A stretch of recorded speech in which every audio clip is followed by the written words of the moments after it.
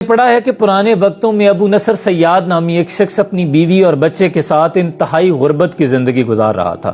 انتہائی قسمہ پرسی کی حالت اور گھر میں بھوک نے ڈیرے جما رکھے تھے۔ فاقوں کی سی صورتحال تھی۔ ایک روز بیوی اور بچے کی بھوک نے جب شدت اختیار کی تو ان کی سسکیاں ابو نصر سے برداشت نہ ہوئی، چنانچہ وہ رزق کی تلاش میں گھر سے نکل آیا۔ راستے میں اس کی ملاقات عالم دین بزرگ احمد بن مسکین سے ہوئی۔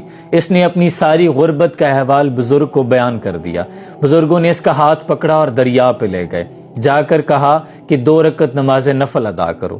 جب اس نے 2 رکعت پڑھ لیے تو اس کے ہاتھ میں ایک جال تھمایا اور کہا بسم اللہ پڑھ کے اسے دریا میں ڈال دو۔ ابھی جال ڈالا ہی تھا کہ بہت بڑی مچھلی جال میں پھنس گئی۔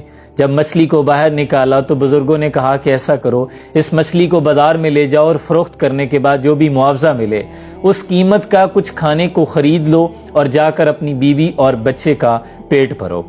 ابو نصر سیاد بازار چلا گیا، جا کر مچھلی فروخت کی، جو بھی قیمت اور معاوضہ ملا اس کے عوض ایک میٹھا اور ایک قیمے والا نان خریدا اور دوبارہ احمد بن مسکین کی بارگاہ میں آ گیا۔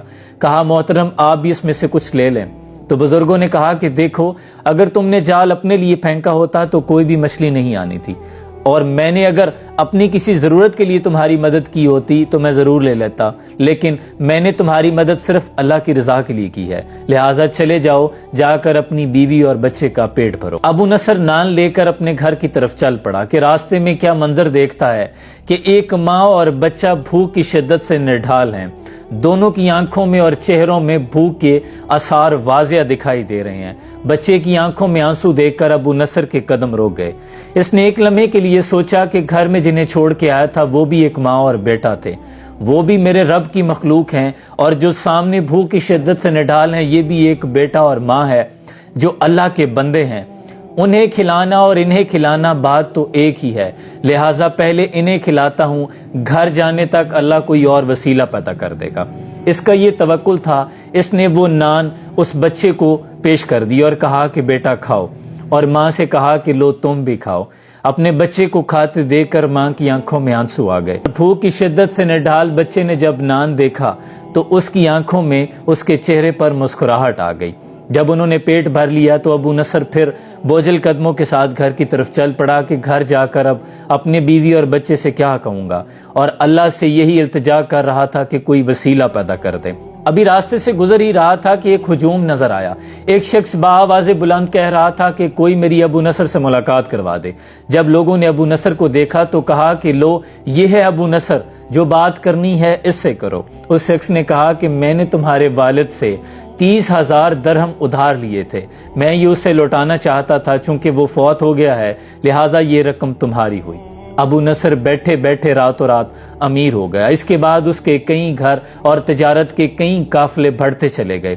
اللہ نے برکت ڈال دی، وہ اتنا امیر ہو گیا کہ پھر وہ ایک لمحے بیٹھے بیٹھے 1,000 درہم صدقہ و خیرات کر دیا کرتا تھا، اور بڑی خوشی کے ساتھ ابو نصر کہتا ہے کہ میں اس بات پہ اترایا کرتا تھا کہ میں آج کتنے لوگوں کی کفالت کر رہا ہوں۔ کہتا ہے کہ ایک رات میں سویا، رات میں خواب میں دیکھتا ہوں کہ میدان حشر سجا ہے اور ترازو لگا دیا گیا ہے، مجھے ترازو پہ لا کے کھڑا کیا گیا تو میں بڑا خوش تھا کہ ابھی میرا نامہ اعمال تولا جائے گا تو اس میں سے 1,000 درہم کے جب صدقہ و خیرات نکلیں گے، نیازیں نکلیں گی تو الحمدللہ میں بخش دیا جاؤں گا، لیکن جب ایک پلڑے میں نیکیاں رکھی گئی، صدقہ و خیرات رکھے گئے، اور دوسرے میں گناہ رکھے گئے تو گناہوں کا پلڑا بھاری ہو گیا اور نیکیوں کا پلڑا اوپر آ گیا۔ میں بہت پریشان ہوا۔ میں نے پوچھا کہ میرے وہ صدقات، میری وہ جو نیازیں تھی، وہ جو میں نے لوگوں میں اشرفیاں تقسیم کی تھی، وہ کدھر گئی؟ ترازو تولنے والوں نے مجھے بتایا کہ اس میں تمہاری نفس کی خواہش شامل تھی،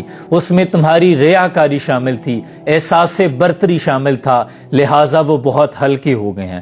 کہتا ہے کہ میری آنکھوں میں آنسو تھے کہ منادی کرنے والے نے اعلان کیا کہ ابو نصر کی کوئی اور نیکی ہے، تو بتانے والے نے بتایا کہ ہاں اس کے 2 نان ہیں، لہٰذا ان کو تولا جائے۔ کہا جب ان نان کو میری نیکیوں کے پلڑے میں رکھا گیا تو پلڑا تھوڑا بھاری ہونے لگا، لیکن ابھی بھی میری بخشش کے کوئی آثار نظر نہیں آ رہے تھے کہ منادی کرنے والے نے پھر کہا کہ کوئی اور نیکی باقی ہے، تو بتانے والے نے بتایا کہ ہاں ایک ماں کے آنسو ہیں جسے نیکیوں کے پلڑے میں تولا جا سکتا ہے۔ جب اس ماں کے آنسو رکھے گئے تو بالکل